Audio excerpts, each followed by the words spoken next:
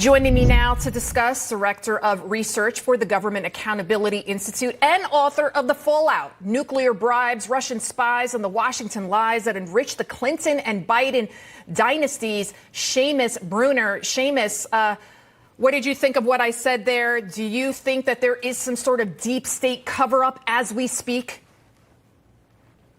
Yeah, Lydia, it's great to be with you. You absolutely nailed it. And here, listen, there's so many smoking guns and bombshells coming out left and right. It's hard to keep it all straight.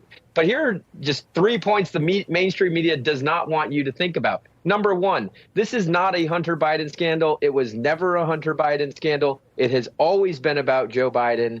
And the whistleblowers yesterday and today with the letter that the FBI document that Chuck Grassley released, they confirm one another that Joe Biden was intimately involved in the business dealings, possibly involved in a bribery scheme. There's enough money that it's a lot of money. And if it is a bribery scheme, that's what the Constitution says ought to be grounds for impeachment. Number two, it's actually bigger than just the Bidens and all of the money that they've been collecting from Ukraine and China and Romania.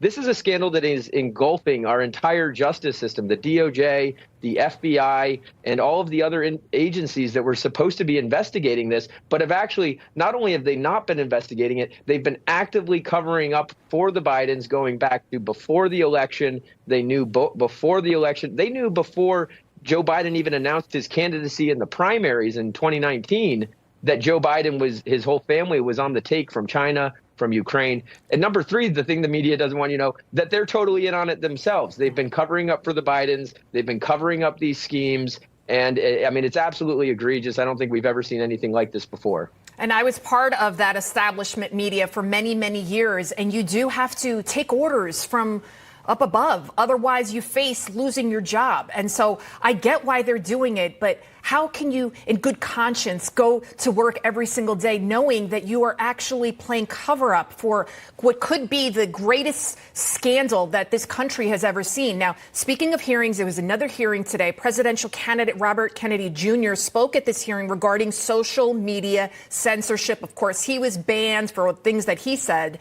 Take a listen to what he said today.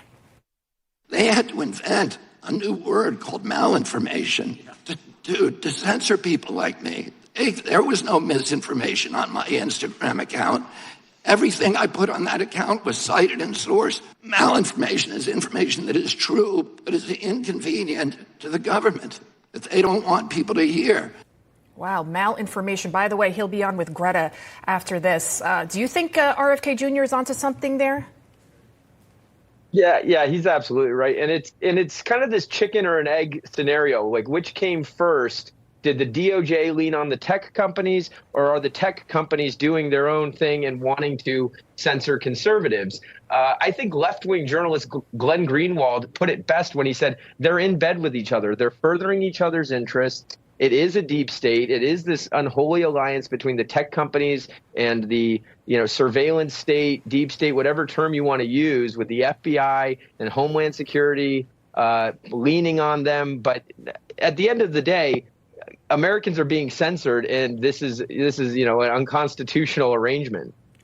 And, going back to yesterday's hearing, when you listen to the testimonies of the IRS whistleblowers, their stories have never changed. They corroborate one another. They have all their facts straight. I noticed they were being very careful on how to answer questions, to not be political, just going straight by the facts. And yet you see the Democrats trying to discredit them. You see the left-wing media, MSNBC. You just heard Joe Scarborough there.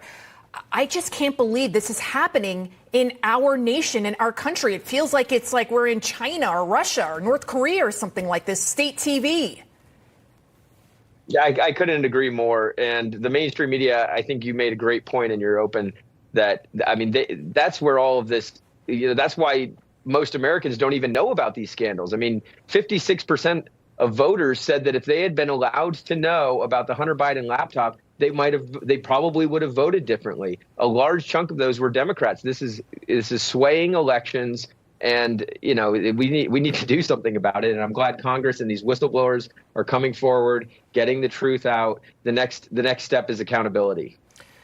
I hope we'll be around for that. Now, the White House, of course, commenting, calling the hearing, the Republicans, calling them shameless, and called on the media to hold Republicans accountable. And the FBI called Grassley's release of the FBI source document, the Bureau saying it's a safety risk. I mean, can you believe this? Talk about malinformation, right? That's some bad information right there.